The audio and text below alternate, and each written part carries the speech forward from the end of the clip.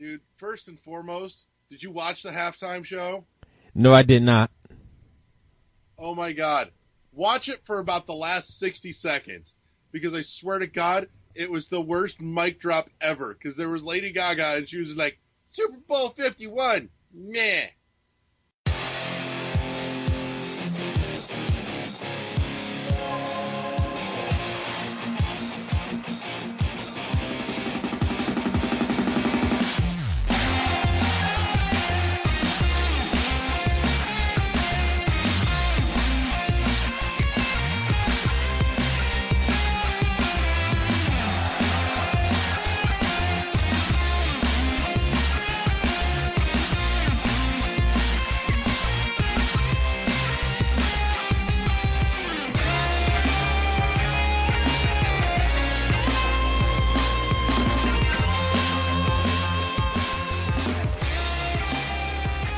Hello, everybody. Welcome to World 1-1 Podcast. I'm your host, Eddie V, the Chocolate Thunder with Wonder. Joining me is the Red Velvet Nordic Beast himself, Mr. Larry Giver. What is up, good sir?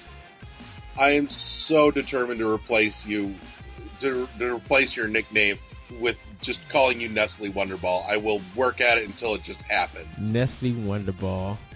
Yeah.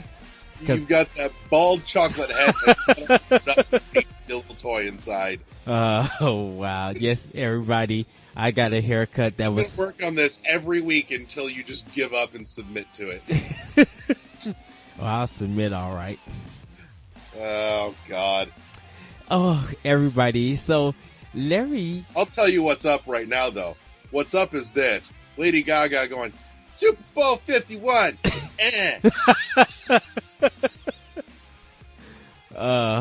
Easiest mic drop ever. Dude, someone's on Twitter just like, congratulations to Lady Gaga for winning the Super Bowl championship. Like, Super Bowl 51. Yeah. Wow. That needs to be the next great meme. I swear to Christ if it's not. Anyways, shit. Well, Larry and his lovely wife Christine came to Evanston for the open book tour.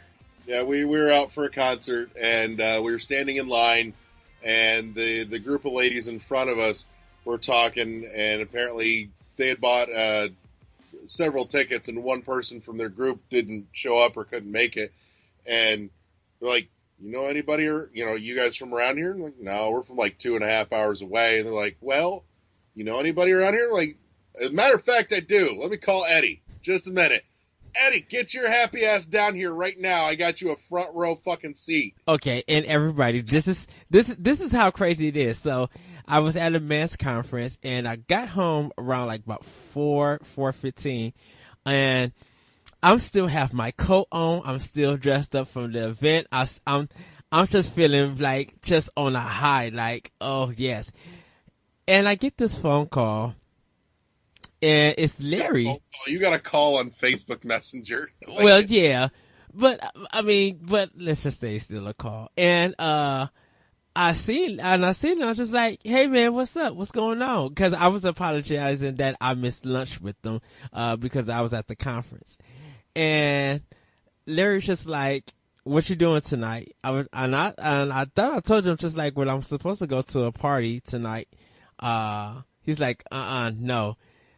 We have a free ticket a lady is selling or giving away. So if you want to come to the concert, get your butt in the car. She's selling her ticket. She just wanted the $50 that she paid for it. Oh, so. Well. So I'm just like, well, okay. So, and you know, these are, Larry and Christine, they're guests from out of town. So I was just like, I can't like really do anything. I gotta go and see them. I'm like, because they did drive a long way. So I gas up, drive out, and go to the open book tour, you know, got my ticket, you know, pay for it. I was front row, corner seat, like literally front row, just seeing him perform. Better seat than we did. We had reserved table seats for the second row at tables. Well, yeah. But you know the guys. But you know what? The people that you guys were talking to, they were really cool, like really Yeah. down to earth. Most Now, everybody you find in one of those shows is. yeah. Now the guy, the bald headed guy with the orange Oh shirt. God. Oh, I, I was my life was just like. See, and this is why I love Larry, because his humbleness, like he endured this. I know Christine was just like, "Would you hurry up and leave?" Uh, but he was a um interesting character, I should say. God. I'm trying to black him out of that part of the night. Like what happened? Like how did he run into y'all two? Like what the heck did where did you come Even from? though just suddenly he was there at our table. I'm like, the fuck are you? What are you doing? Stop it. That was it. I got nothing. It was a strange person being strange. Yeah, so That's as fascinating as I can make that story. yeah, The so show is good. oh, this show was excellent. The open book tour, or live recording, I should say, was See, you really lucked good. out, son, because that show's been sold out for months. I know, and paying the $50, I'm just like, okay, yeah, I could do that. I think someone else was selling their ticket like for $35. Yeah. I'm like, well, shoot, I'll pay the $50. I'm like, shoot, I'm like, I'm front row, not center, but like even just being on the corner of it, I was. As small as that room is, even off on the corner, that's still right up there because it's not a Right. big room. Like capacity, I think is maybe like 250 people tops.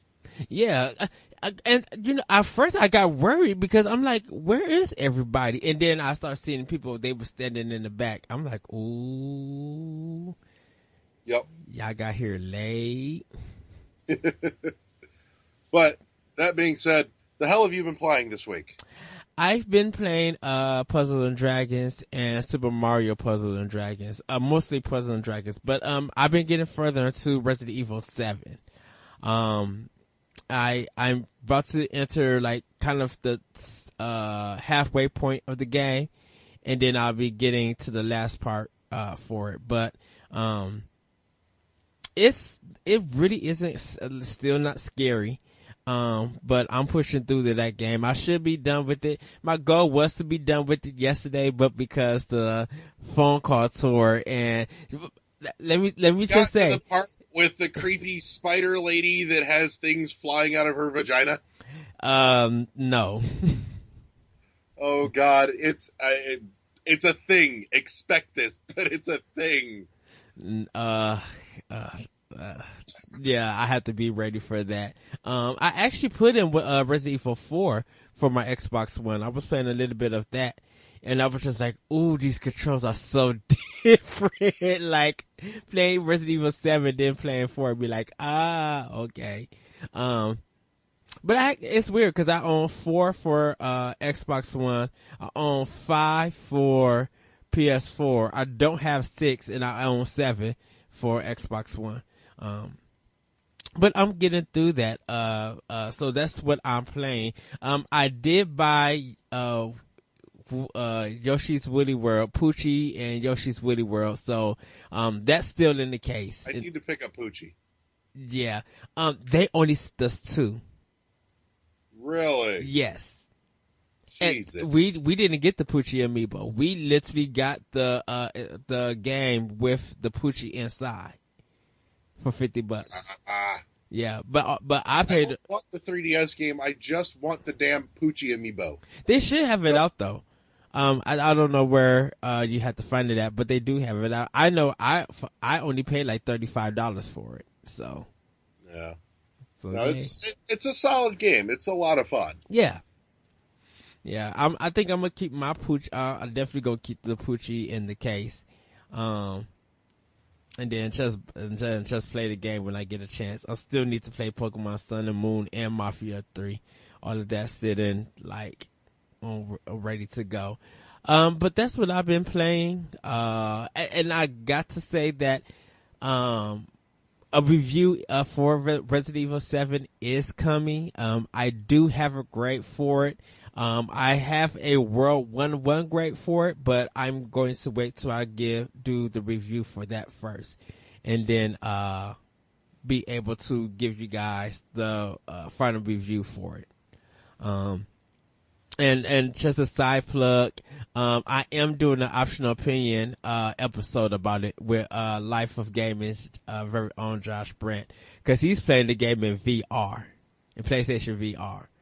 Okay. So I kind of want to see. Is he going to play it in non-VR just to see how it compares? He tried to, and he said he said he played it for 15 minutes without the VR and went back into VR. He said it's Really? yeah, he's just like, there's a big difference. Like, I guess the scares and that feeling of horror and, suspense is not there when you're just like playing it on a TV. Like, to get that full experience, you have to play it in VR. So we're gonna be talking about the game and talking about the differences of playing it on TV and playing on PSVR. So we're gonna be talking about that. I just gotta wait for him to finish the game, and I'll be finishing up the game real soon. But the review for it will be coming soon. Right on. Let's see. I actually did play stuff this week. I dinked around with Love in a Dangerous Space Time, which, if you're playing by yourself, it's god-awful. Something about that, like, it would become more tolerable if I had 3 other people on the couch with me. Mm-hmm. But even still, I was seriously having a hard time with this game.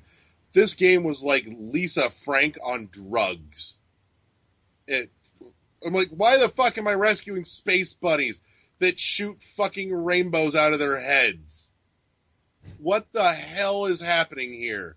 Clearly, I have not done enough acid for this game. Yeah, it looks weird. That, all I can do is look at this little gumball ship and be like, what fucking idiot designed this? Because you've got your controls for the engine in the middle, and a control for one gun on top, and a control for... and put walls in the middle of fucking everything to make it a giant pain in the ass to get to anything and everything. Dumbest thing ever. Why? Did you delete? Like I could see it being marginally more tolerable if I had other people to play it with, but I didn't, and I probably won't ever, and so it will just get deleted off of my hard drive because I cannot stand it. Like, I seriously, I gave it a fair shake. I played this thing for probably 2 hours. Wow. And I just, like, I was kind of having to force myself to keep going, to not just look at it and go, this is dumb, I quit, it deserves a fair shot. And I got 2 hours in, and I'm just like, no, we're done. I gave you 2 hours of my life that I will never get back, and I don't get any of the drugs that the guys that made this were clearly on in exchange for my time, so I'm not having it anymore. Wow. But after that, though, I immediately popped in Sunset Overdrive and felt a whole lot better, because fuck me, that was fun. I need to work on that game, get it done. I do want to try Project Cars when it comes out. I want to try that one. And the Star Wars Unleashed, the Xbox 360 one. Oh, Force Unleashed. Force Unleashed, yeah. They said that one was good. They said that one and the Wii version was good. Part 2, I don't think they gave it props, but I know they said the first one was good, so I want to try that when it comes. Yeah, I don't know. I'm sure I'm going to piss off people when I say it, but I'm not super nuts about Star Wars. But yeah, there's parts of it that I enjoy, but I am not hardcore on Star Wars, have to play every Star Wars thing. And I saw Force Unleashed, and I'm like, okay, the trailer looks cool. Then I started watching the gameplay, and I'm like, I'm no longer interested in this. Well, I'm not a big fan of Star Wars. Like I said, 7 and Rogue One were good. Rogue One's fucking awesome. Which one?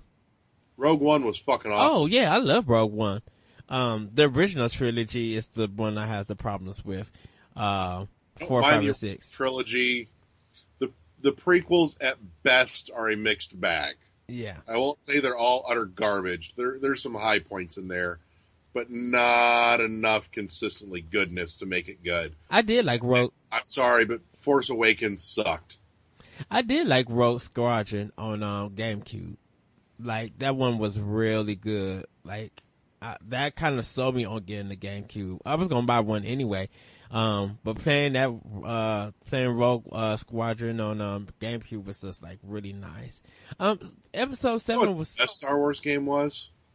Their fucking Pod Racer on 64. Oh my gosh. Oh yes. I need that game in my life again. I have not been able to find a copy, and it makes me sad. I actually played the PlayStation one, but then I was just like, I got rid of that PlayStation one after I seen the 64. It was like someone was selling it real cheap. I picked that mug up and played it and was just like, this is close to heaven. Like, it's so much fun. I need a new pod racing game that needs to be awesome, just like 64.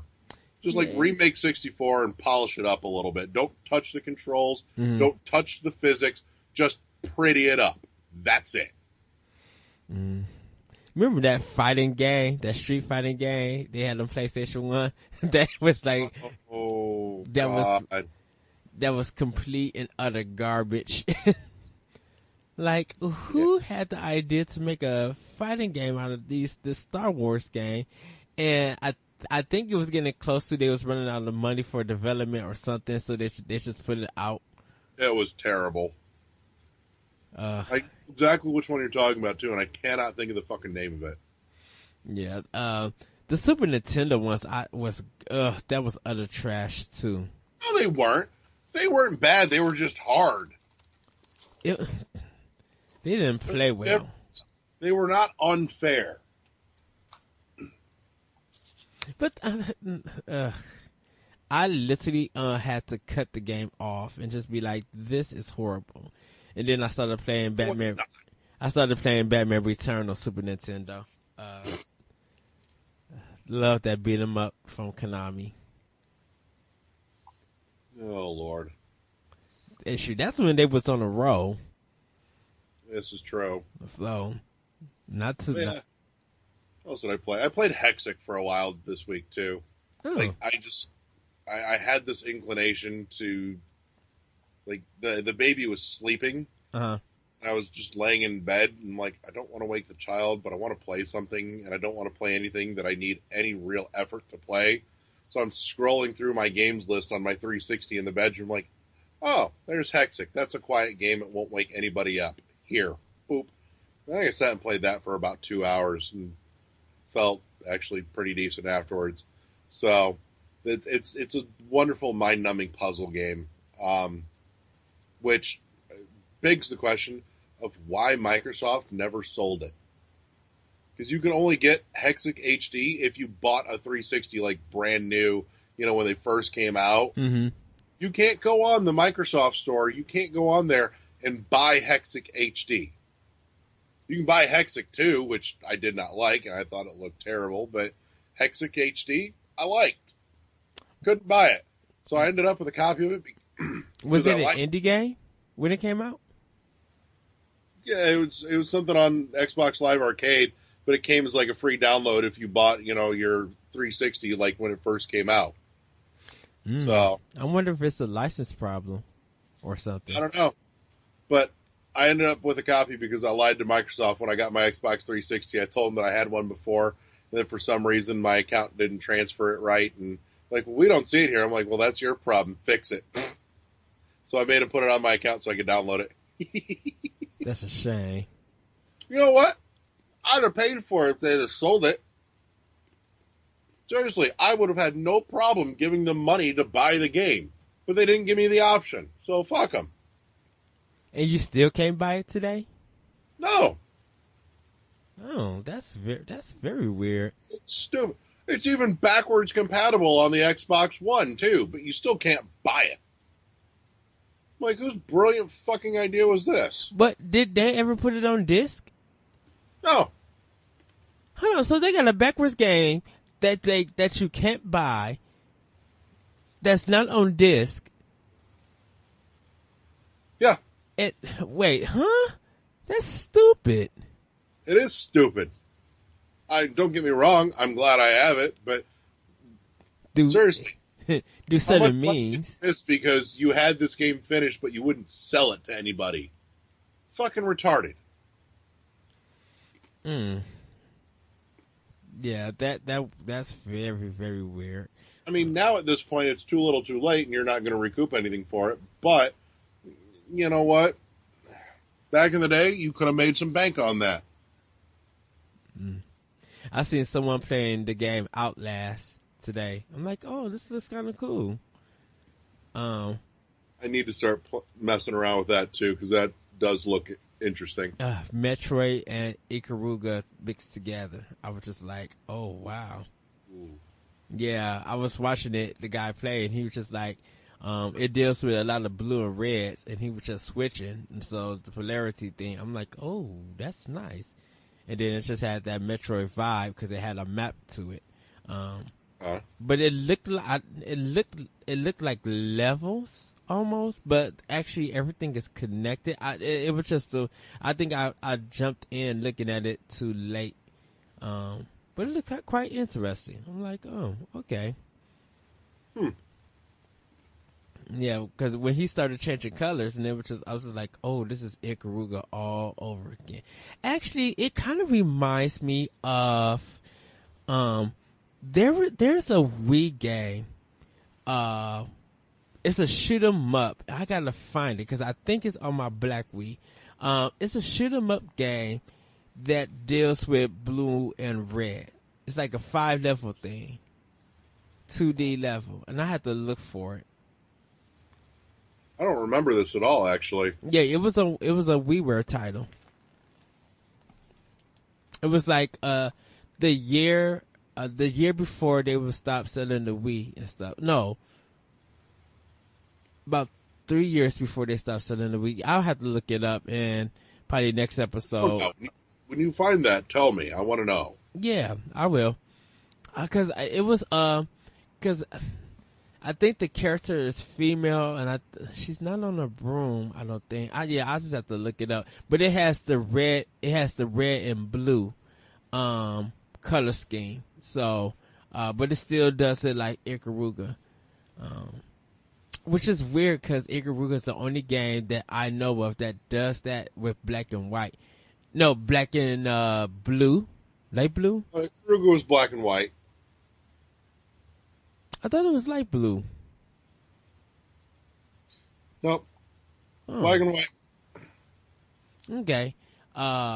You know what? It probably just looks blue on the screen sometimes, because it's or like a real lightish blue for some unknown reason. Because I know the third boss, was it the third? No, the second boss. When he has the shield blocking it, and you have to use that color to open it up. I know the right side is white and the left side is black for the red black beans to come out, and the right side is the white and light blue bean. I think it's supposed to be. I feel like I need to play some Ikaruga this week now. She asked many times since we brought it up and talked about it. Yeah. But yeah, I will let you know about that WiiWare game, because yeah, it looks like a lot of games are going that blue and red Anatomy approach. Yeah. So Larry, what are you thinking of picking up in the future? Like, what's on your game radar? Well, shit, I've got my orders in for the Switch. There's the obvious on the horizon. I will be getting Breath of the Wild because, fuck yes. That's all that needs to be said at that point because it's been talked to death already. Mm-hmm. I'm not going to do it again. Beyond that, though, I've also got reserves in for Binding of Isaac Afterbirth on the Switch. Yes. And the other one is Has Been Heroes, which looks fucking cool as shit. Yeah, I really want to play that one. Dude, $20 game, physical copy, looks neat as hell. Like, it's... Oh, they doing physical for it. An RPG, but not really. I'm not even sure how to exactly to describe it right, but I figured for $20, what do I care? I've got something extra to play now. Right. So I'm not going to argue with it. In worst case, if I don't like it, I'm only out $20. I'll turn it back in. But honestly, it doesn't even look like anything that would normally be my cup of tea. But for some reason, watching it, something just clicked and went, you know what? I want to play that now, just to see if I like it. I'll spend $20 on for the price of admission just to find out. That's worth it to me. Oh. And on top of that, oh my God, yay for the fact that there are budget games happening at launch. Yes. Why does this needs to happen more? This must become a new prevalent thing. Plain and simple. Like ranging from like 20 to 60. There needs to be more like $20 to $30 games happening at system launches too.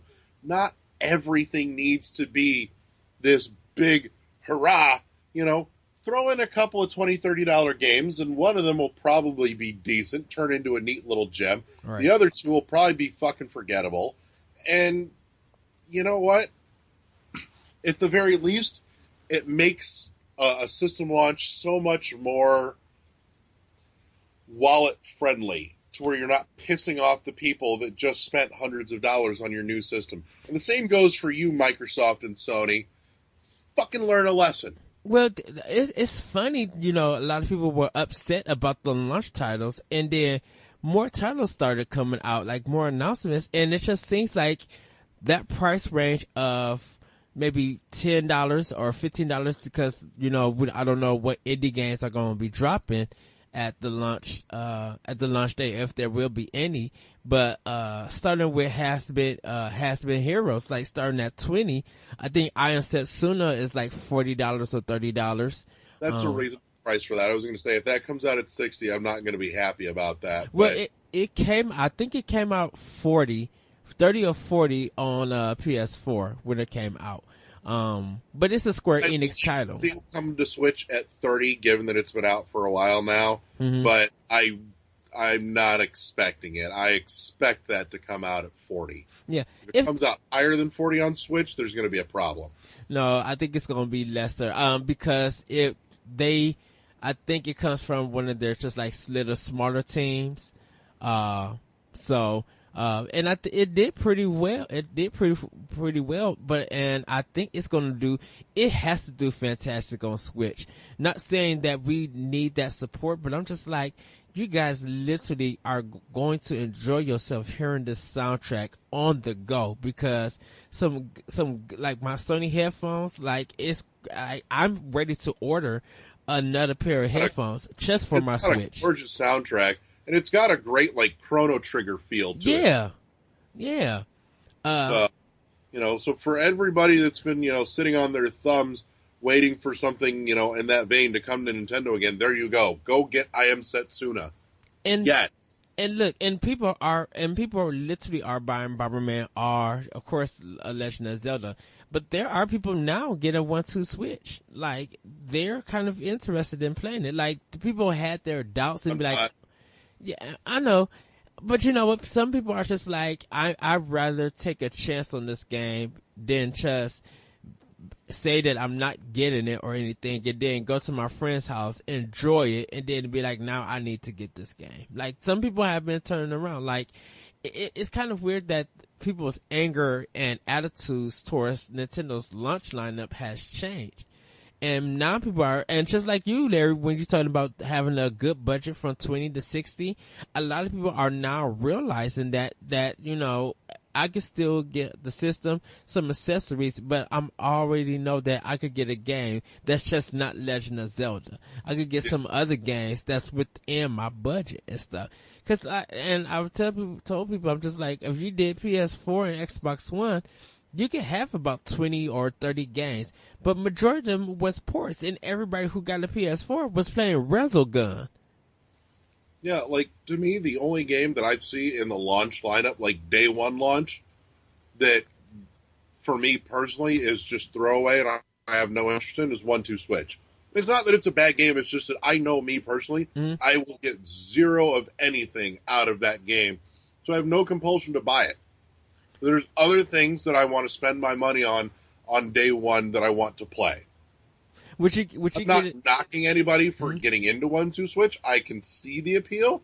It's just not an appeal to me. Would you think you'll pick it up if they did like a sale for like $20 or like a digital sale or something, or for that? No, I have no use for it. There's nothing in there that makes me go, it's cheap, I'll buy it, because I still won't play it. Okay. I can't fathom any scenario in which I sit on my couch and go, I'm going to play a video game today. What am I going to play? I've got all this stuff, and at no point will 1-2 Switch jump out and go, I'm the game you have to play right now over everything else that you have to pick from. It's not happening. Well, and I could see that because, it is meant for a party game. It's not meant for like a single player, just want to play a game. So I can understand that. I guess I was just going at it, like if the value of it for you, would justify a purchase, and you just said no. So I mean, and that's fine. That's very understandable, and I kind of like that viewpoint that people say, well, I'm not just going to get it because it won't fit me, and it won't. But I'm just like, well, you won't get it now, but if they had a sale on this item for you to get it, would you get it? Yeah, I'll pick it up for $20. So I'm just like, you're not mad at the game. You're mad at the price that you have to pay to get this game. Where you ask, regardless of what the value is, it's not suitable for you because A, you won't get no entertainment out of it. B, you won't be using it as much because it's just like you want a single player experience. You don't want it as a party game. Like you can't get a single player experience out of a party game. Like who you gonna be milking cows and shooting up by yourself? Well, that last line didn't come out right. Oh God! But Speaking of budget games, there was fucking news this week.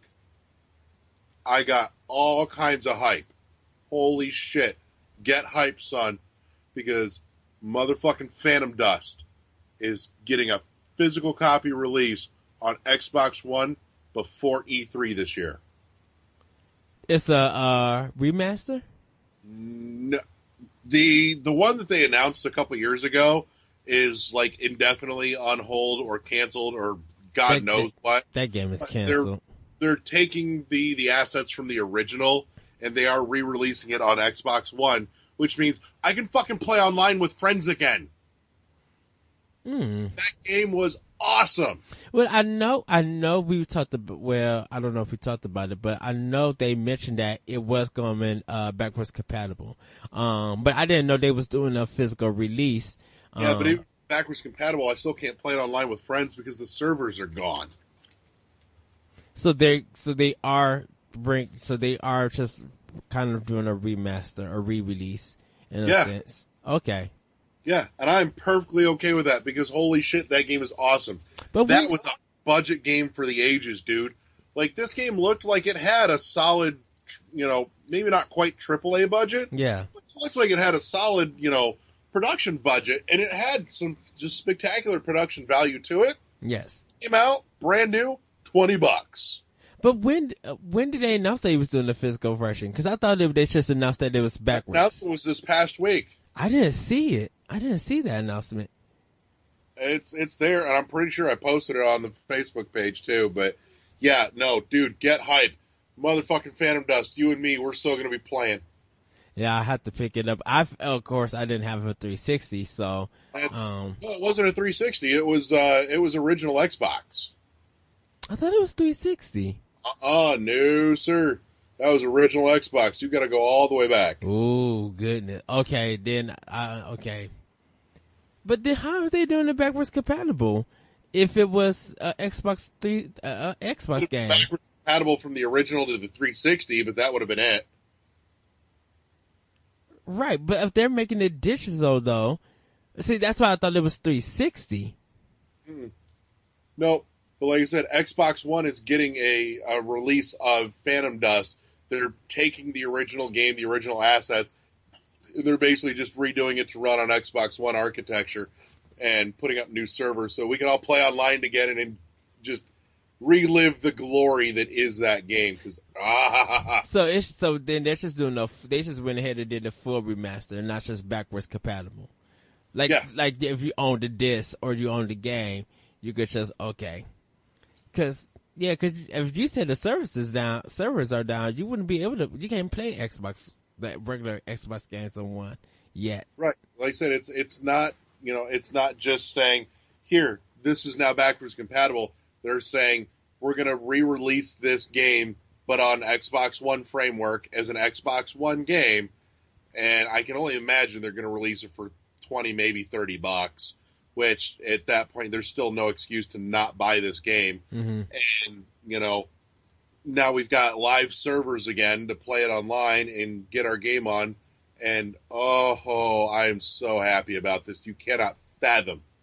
For those that are not familiar, Phantom Dust is, at its core, it's built like a card game. Yes. You spend your time roaming the hub world and getting the story and getting your missions and everything and building your deck and all that. But when you actually go out on the missions and you're in combat, it plays like a straight up action game, and it's a 4-player kind of arena fighter, sort of. Mm-hmm. An arena, maybe not even quite the right word. Think a little bigger than just an arena, not like Power Stone. But in any case, each player has their starting space, and there's 3 little orbs, and each orb is like one of the top cards off of your deck. And so you'll pull it, and you assign it to one of your 4 face buttons, your A, B, X, Y, and that's your hand. And some of the abilities are going to be one-use abilities, and they're gone. There are others that are reusable until you replace them in your hand with something else.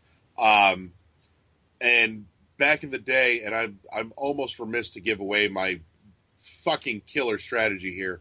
Back in the day, I played with a buddy of mine. We played online forever. We played 2-on-2.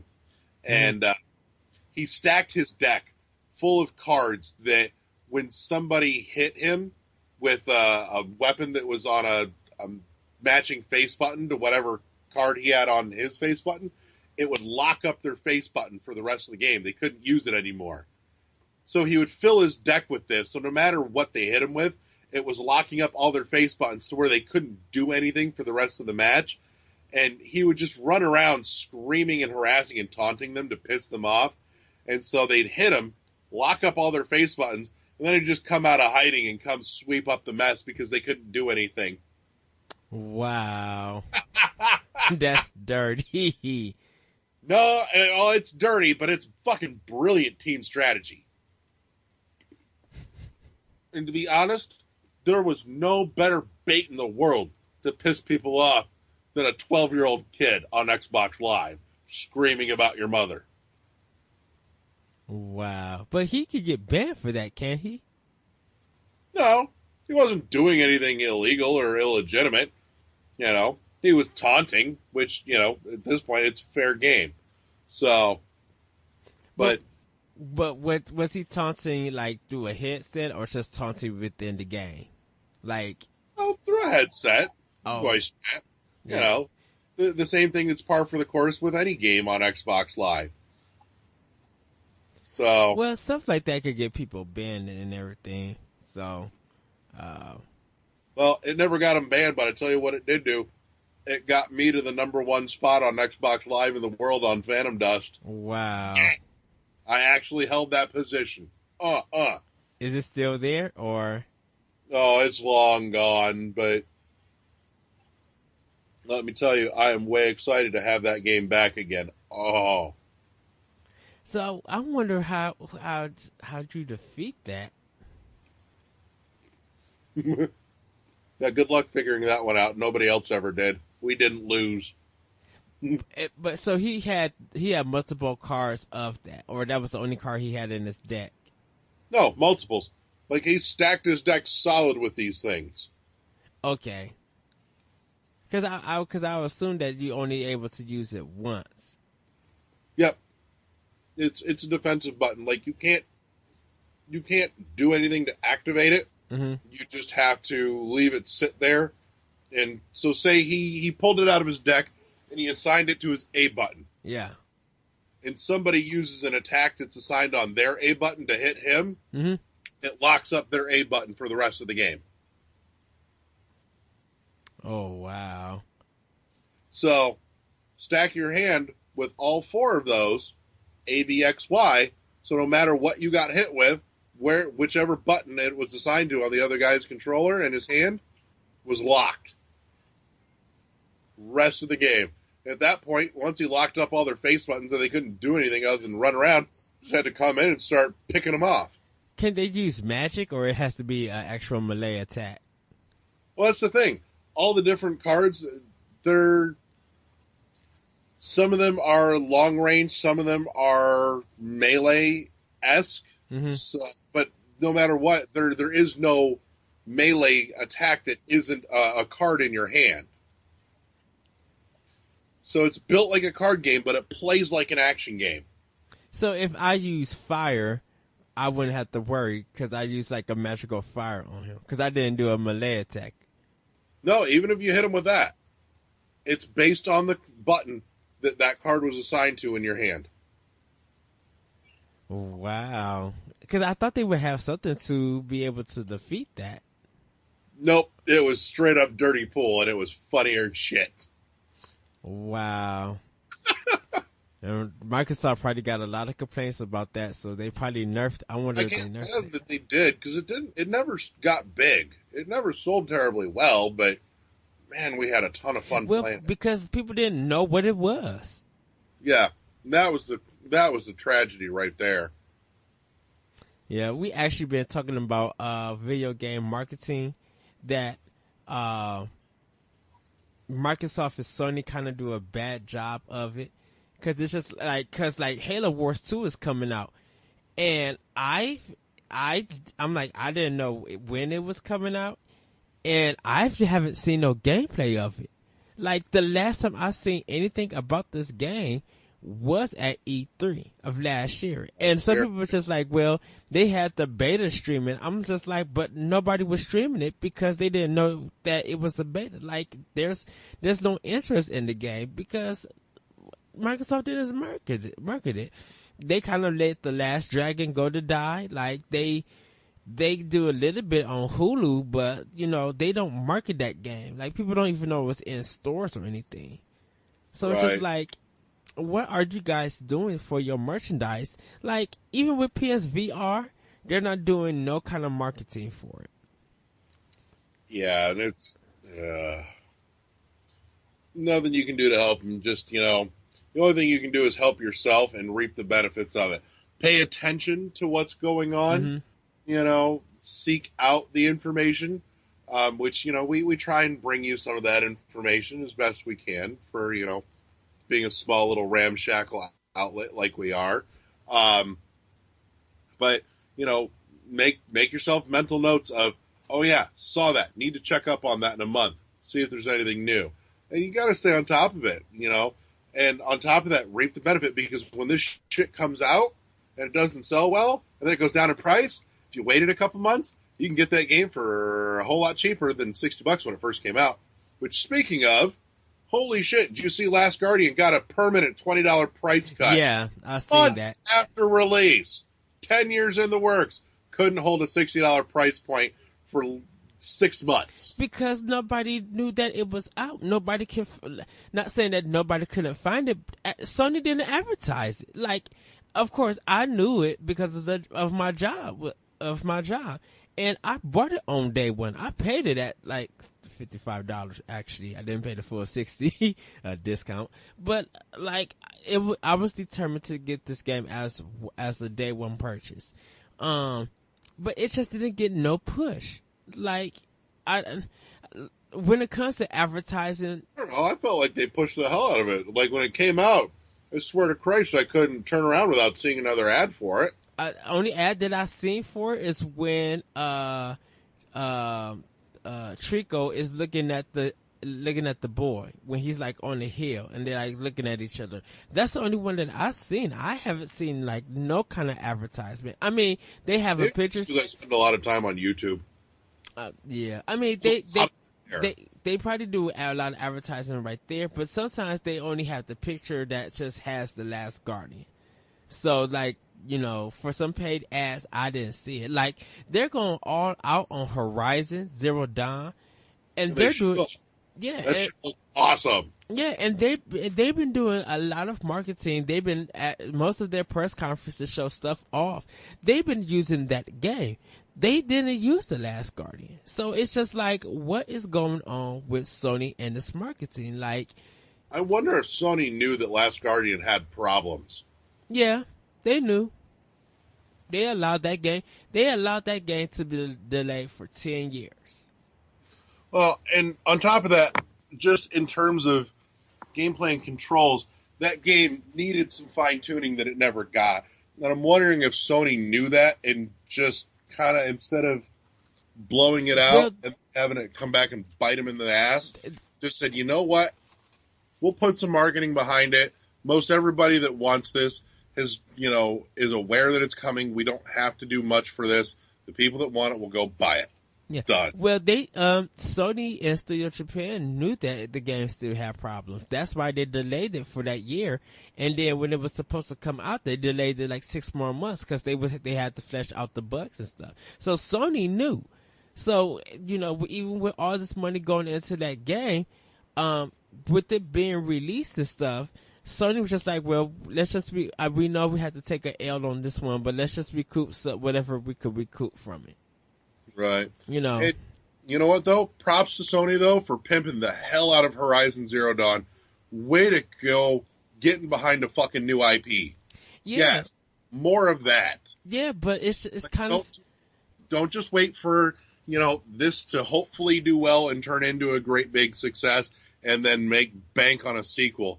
Somebody put their heart and soul into some new IP that looks hella good like that, pimp the shit out of it. But see, that's the problem with Sony. It's just like, I understand that you picking and choosing how you want to market what you think is going to be a good game.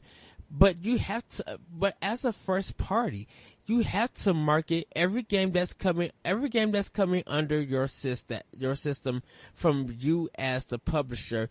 You guys need to market that same marketing that Horizon got. The Last Guardian should have got. Like, if you want to show off the PS4 Pro, show off more of The Last Guardian. Show what happened when you're using those colors and more of the game to get people interested. Help us see that visualization more.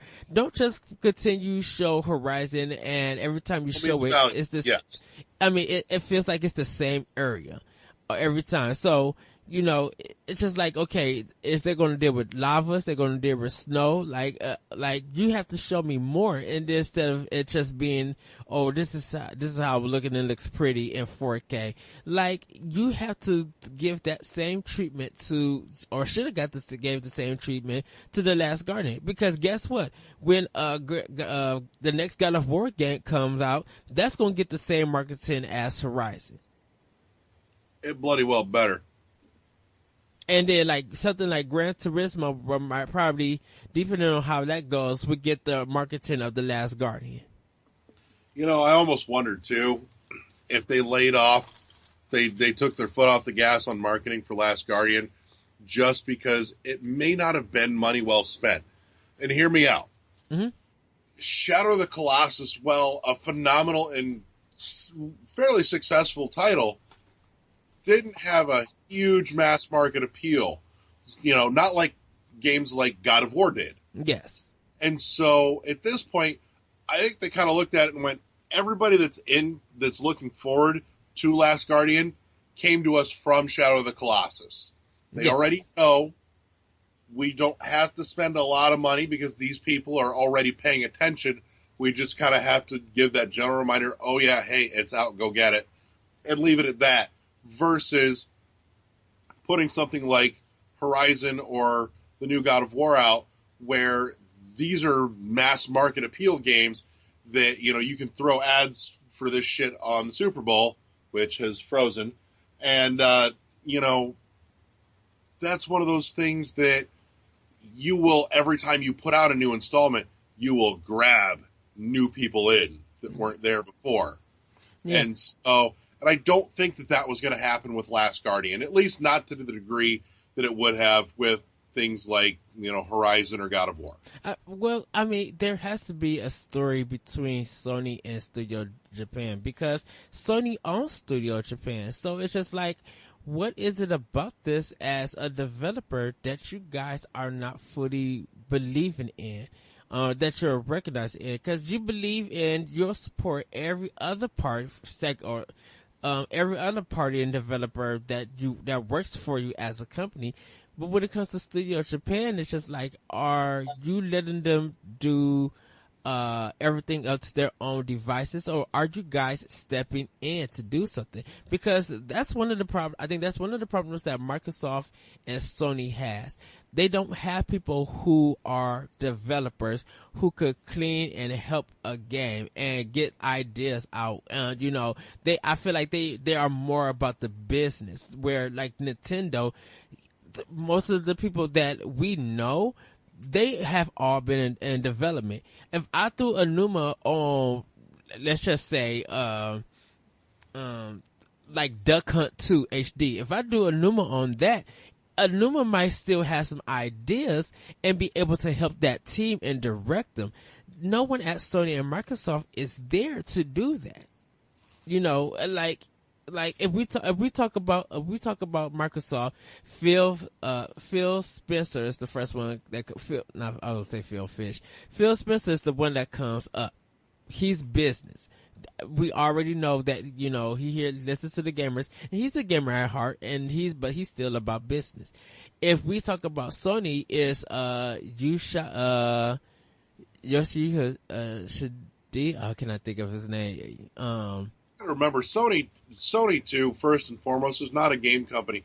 Sony, first and foremost, is an entertainment empire. No, they really about technology. They really about sound. That was what Sony has always been about. Sony has always been about the quality of sound. So that's why when you buy a Sony product and you hear their headphones and you hear how stuff comes out of their products, it sounds so good, like very top quality, because that's what Sony was known for. So, but you just don't have, they're still business, and they don't have no one at that company to be the head, to be like, okay, this is the company's Miyamoto, or this is the company's Kimishima or Iwata or stuff like that. Like, you kind of don't have that with Microsoft and Sony.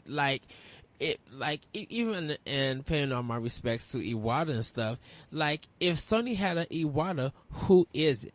Who could go in and help a company's game, be better than what it is? Because I think Iwata, while he was living, probably was looking at some Wii U games and Wii games and even 3DS that was coming out from Nintendo that didn't have that quality, but he was able to give feedback to make it better.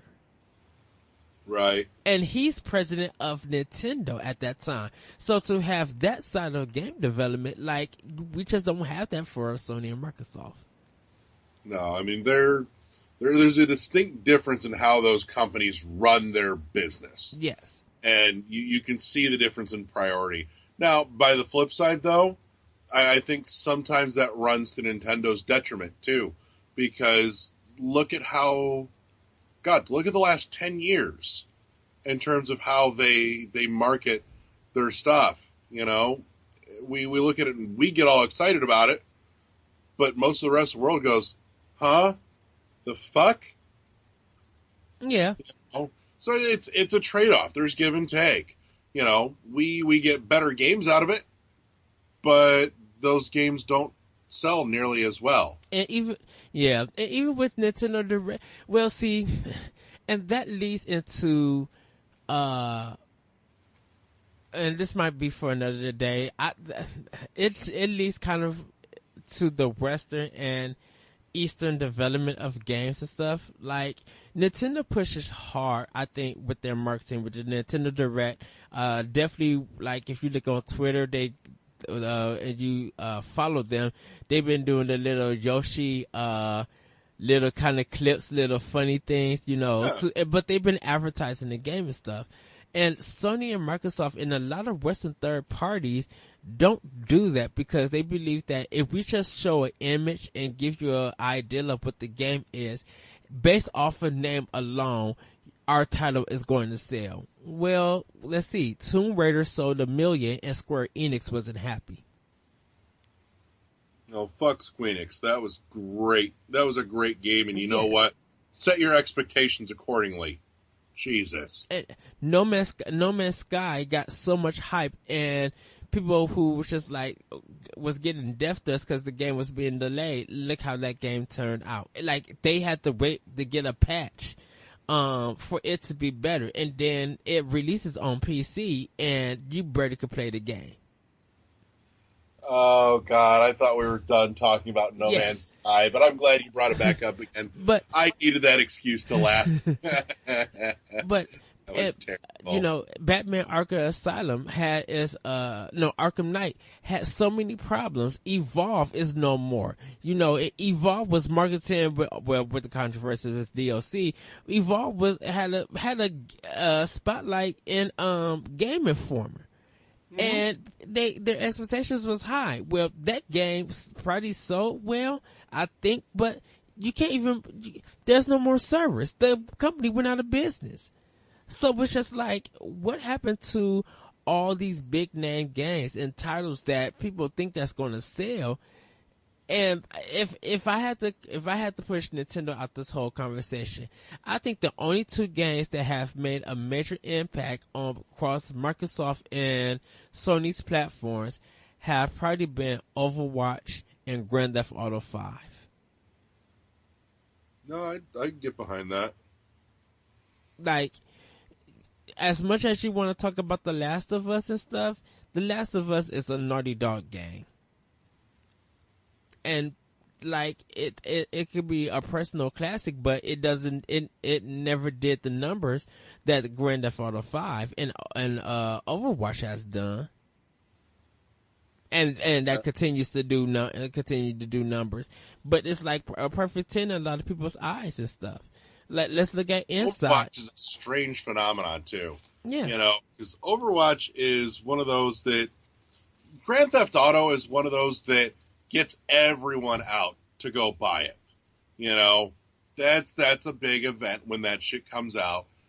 All the people that don't play anything but maybe they pick up a copy of Madden or NBA every year, and that's the only reason they have a game console is, their yearly sports fix and the last Grand Theft Auto that they still play until the next one comes out.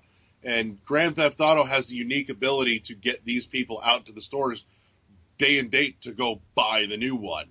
Overwatch, on the other hand, is doing, numbers that are, by all rights, should be maybe not quite Grand Theft Auto-esque, but just in terms of scale and success, mm-hmm. Overwatch is doing that, but without reaching those same people. Somehow it's getting everybody to go buy it, including those that don't buy but maybe 1 or 2 games a year. Yeah, and that's hitting that easily lapsed market. And that's the weird thing for me. It's just like with a lot of Western party games coming out, they could have the budget and the production of that game could be huge, and the expectations could be huge. But when you work at retail and you see that same game sitting on stores shelves that got game of the month that people are saying that you need to get and stuff, and when you're seeing it on shelves for months, or for weeks, or even on the day of release, nobody is getting it, even when they do get paid. It's just like, okay. Now, it becomes a question of like, are the games selling at GameStop and not here? You know, or where people are getting their games and stuff for the sale numbers to be what they are. Because, like, I understand people... Digital plays a lot into it, too. Yeah. And I understand people who decided to go digital, which I gotta say, finally, Sony is doing an external hard drive, so I gotta order one whenever they release it. It took them a whole generation and 3 years to do it. I'm just like, really? It took y'all this long? Yeah. You know what game lost its mass market appeal, or what series? I can't say I'm baffled as to how, because I've watched what's happened in this series, and between that and what's happened with Call of Duty, but Halo has had a huge drop off. Like, look at the last two main entries. Mm-hmm. Look at 4 and 5 versus, you know, all the hype, all the big, huge midnight release parties for Halo 2 and Halo 3 even. You know, these were tremendous. Lines around the block, you know, at GameStops for that shit. It was huge. Halo 4, not so much. Halo 5, oh Lord, even less. Yep. It's just not bringing out the numbers anymore. Because of Bungie, once they left the project, people became wary of 348 Studios because they didn't know really what they made.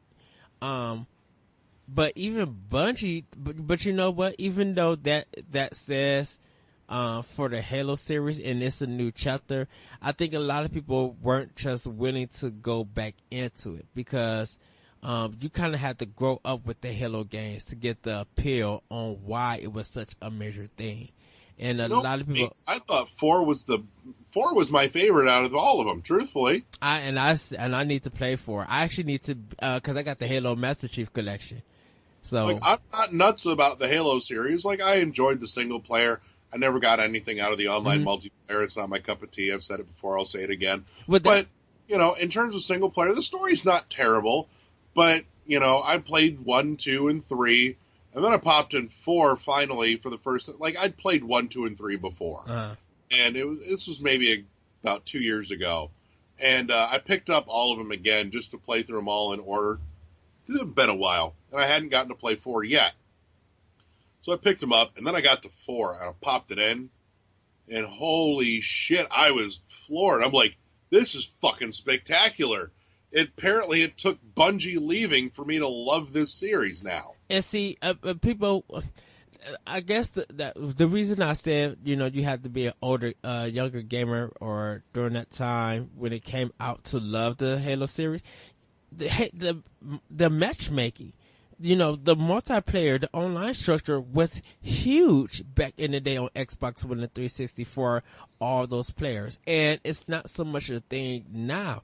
A lot of people didn't care about, like, I wanted to play Halo 4 because when they first put it out, I'm like, this is Metroid Prime on a whole Microsoft level, and it looks gorgeous. Well, it was gorgeous, and the story was great, and the gameplay was a fuck ton of fun. Yeah. But that being said, you know, I think Halo lost so much of its audience to Call of Duty because so much of its audience came from that online multiplayer perspective. Mm-hmm. And with Call of Duty now, they're getting an update to that every fucking year rather than going years in between. And that's when Infinity Ward was on a roll. And when Activision made that decision to fire the two creators of Infinity Ward, it kind of went sour for both of them because Respawn, you know, Titanfall was a hit, but it had its problems. And Titanfall 2, even though it's a great game, it didn't sell well. Call of Duty fell into the cycle of going to 3 developers and it always being recycled. And so it lost its appeal for it being a series. So Activision and Respawn lost out, and that's what make it. That was, I personally feel like this is what is hurting the Call of Duty series. It's just like you guys are reiterating the same thing, and when you let the two guys who created Infinity Ward go, and they went ahead and started their own company at EA, it just didn't go right for either game. Sale numbers are a completely different thing, but you get the complaint of people saying this is the same game, this is the same trick, this is the same engine that you guys are using, and your game is selling less and less and less every year. Your game is supposed to usually sell more and more and more if it's good.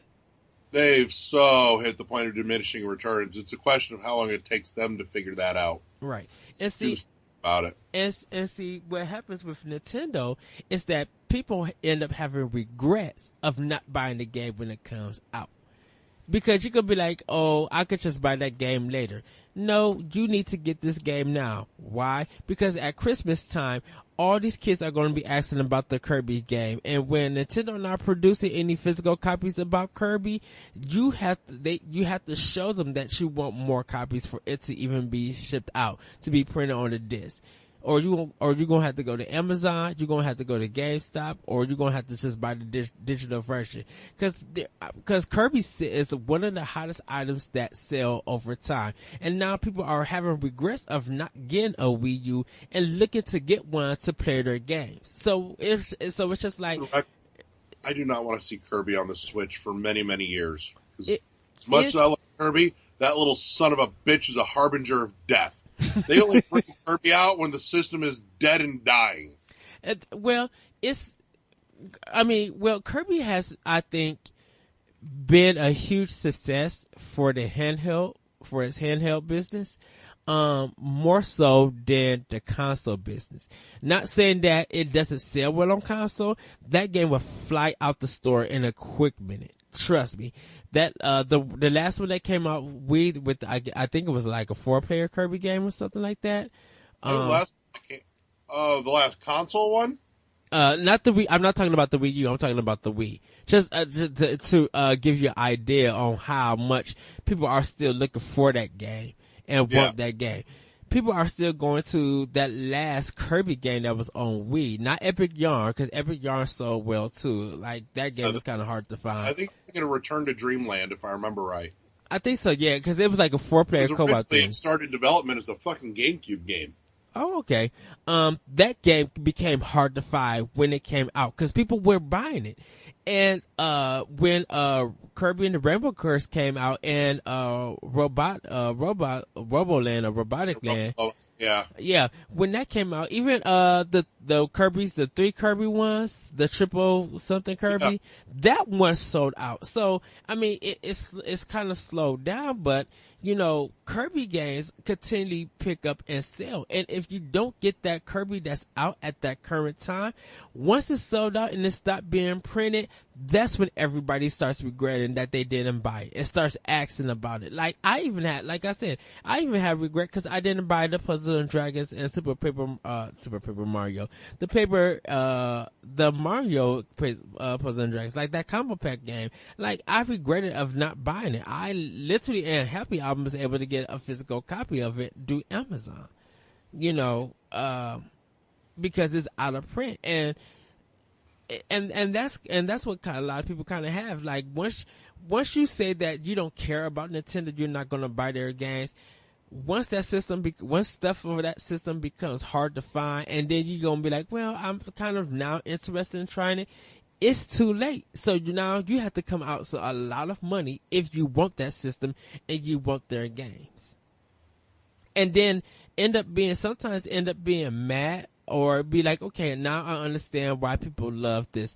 I'm mad at myself because I sold this game or I didn't pick it up at that time when it came out. No, I'm with you on that. And that's 100% true, which by the way, Return to Dreamland is on Wii U Virtual Console for $20. Yes. I still gotta hook up my Wii U because I gotta buy Bomberman 94. Oh, love that game. I seen that. Like that Thursday and that Friday was like, I told people, I'm like, this is a huge win for Nintendo. Like, Bomberman 94 for your Wii U Retro Console, Fire Emblem Heroes for mobile people, and then Yoshi's Woolly World coming out like that Friday. Just like, that's the triple hit combo. And for some people like me, like, it was payday. So I'm just like, yes, monies. Right. But everybody, that's it for the show. Oh, but before we go, we have a contest winner to announce. So I'm going to hand this portion over to our Sir Larry Giver. All right, give me a minute here. Hang on. And this is the prizes for She Remembers Caterpillars. So you will be able to get a copy if you are the winner of it. And once again, congratulations to our last winner for the Metroid Beanie.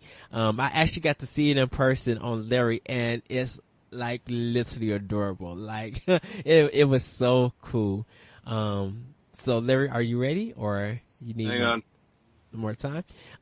We are going to have a little bit more, more giveaways coming in the coming weeks. So guys, we want to thank you for liking the page, for sharing the page, and actually listening to the podcast. Once again, thank you guys. And that's how our contest kind of goes. It's a little bit easy that you like and you share, and right. You get in. So Sir Larry, who is our winner of She Remembers Caterpillars? All right, we got a real short pool to pick from. So, you, give me a number, 1 through 4.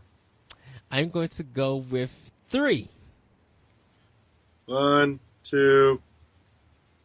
I will get it to the winner tonight. He's not far away. So, but yeah, Larry gets it, not me. Other Larry. He knows who he is. But I will get him his code by the end of the night. Other couple giveaways are coming up. We've got a few things pending to give away, just kind of waiting for some timing things. Mm-hmm. I do think maybe in the next couple weeks I may hit the store and see about putting something together and give away maybe like a $20 Steam card or something like that. Ooh. Just something versatile, little something for everybody.